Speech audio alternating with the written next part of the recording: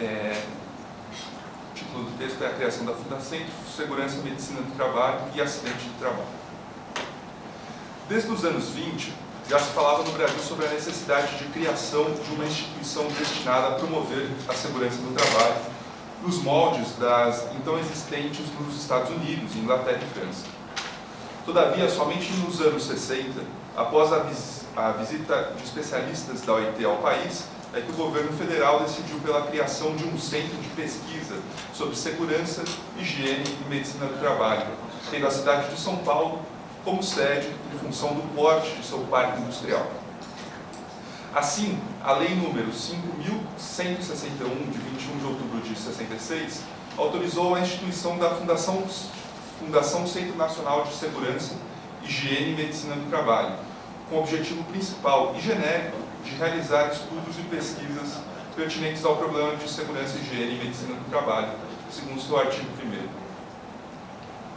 Nesse período, o alto índice de acidentes representava uma verdadeira calamidade pública no país, pois a atividade industrial crescia fomentada pelo Estado, geralmente a partir de máquinas obsoletas trazidas dos países de capitalismo avançado. Nesse quadro, se insere a parte da legislação relacionada à saúde e segurança do trabalho, que teve atenção especial do governo durante o período da ditadura civil-militar de 64 a 85. Primeiro, a criação da Fundacentro em 1966, com início de atuação em 68. 2. A reformulação da CLT na seção que regula a matéria pelo Decreto 229 de 67.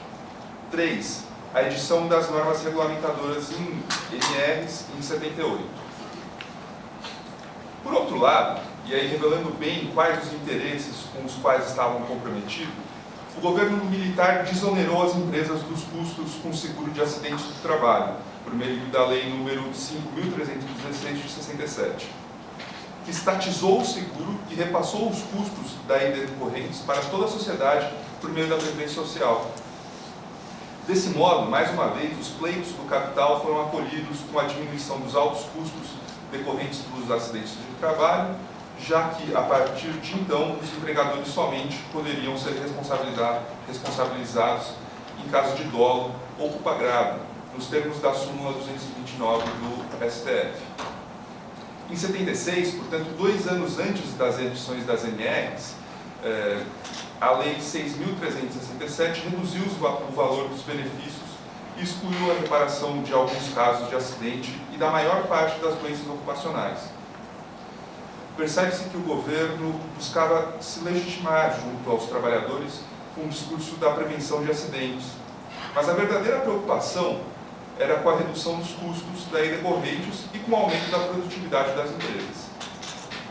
Nesse contexto foi instituída a Fundacentro, cujo primeiro presidente foi o industrial Jorge Duprat Figueiredo, então presidente da Federação das Indústrias de São Paulo, do Estado de São Paulo, a Fiesp, com 2 incumbências efetivas: assessorar tecnicamente o governo na elaboração da legislação infortunística e formar profissionais especializados na área para atender o que demandavam os preceitos legais. Como órgão oficial do governo federal, desde 1974, vinculada ao Ministério do Trabalho, a Fundacentro estava sujeita à orientação política dominante, que foi utilizada como instrumento de difusão do discurso oficial do regime em matéria de acidentes do trabalho. Entre as medidas de prevenção, a educação do trabalhador foi aquela priorizada. Essa educação estava baseada em um conceito que seria largamente difundido pela Fundacentro: o ato de seguro. Segundo essa concepção, 80% dos acidentes ocorrem por falha humana, ou seja, decorrem do comportamento dos trabalhadores em ações ou omissões imediatamente anteriores à ocorrência do acidente. O restante, cerca de 20%, ocorreria por defeitos na organização do trabalho, denominados de condições inseguras. Diante dessas premissas, a educação do trabalhador era o caminho apontado como mais efetivo para a prevenção dos acidentes. A concepção de ato inseguro parte do pressuposto de que existe uma forma certa ou segura de realizar certa ação, que seria do conhecimento prévio do trabalhador. E a inobservância dessa forma seria fruto de uma escolha consciente, originada em particularidades do próprio indivíduo, e, quiçá, de sua personalidade descuidada, indisciplinada ou negligente. Esse método de análise dos acidentes do trabalho norteou a educação prevencionista difundida pela Fundacentro, desde o início de suas atividades até os anos 80, foi expressamente prevista na NR1 e foi reproduzida por meio dos milhares de profissionais da área que foram formados pela instituição. Apesar das flagrantes deficiências, suas consequências ainda são sentidas em nosso país.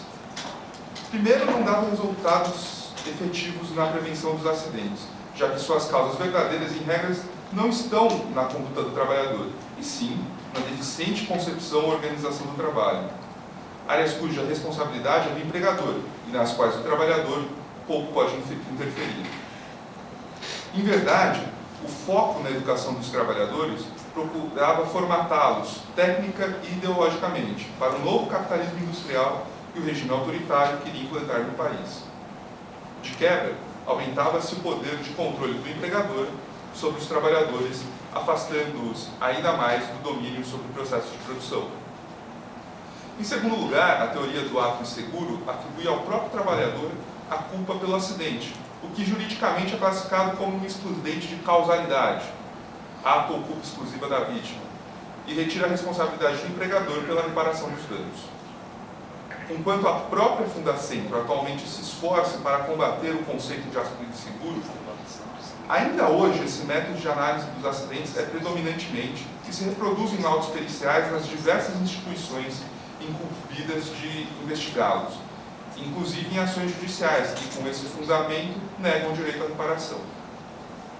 A política prevencionista, adotada durante a ditadura civil-militar, instituída em 64, da qual a Fundacentro foi a principal disseminadora, construiu um quadro flagrante de violência institucionalizada, pois o trabalhador é triplamente vitimado, pelo acidente em si, pela omissão do empregador em reparar os danos e pela justiça do trabalho, que concluiu que ele próprio é o causador, por consequência, responsável pelo acidente.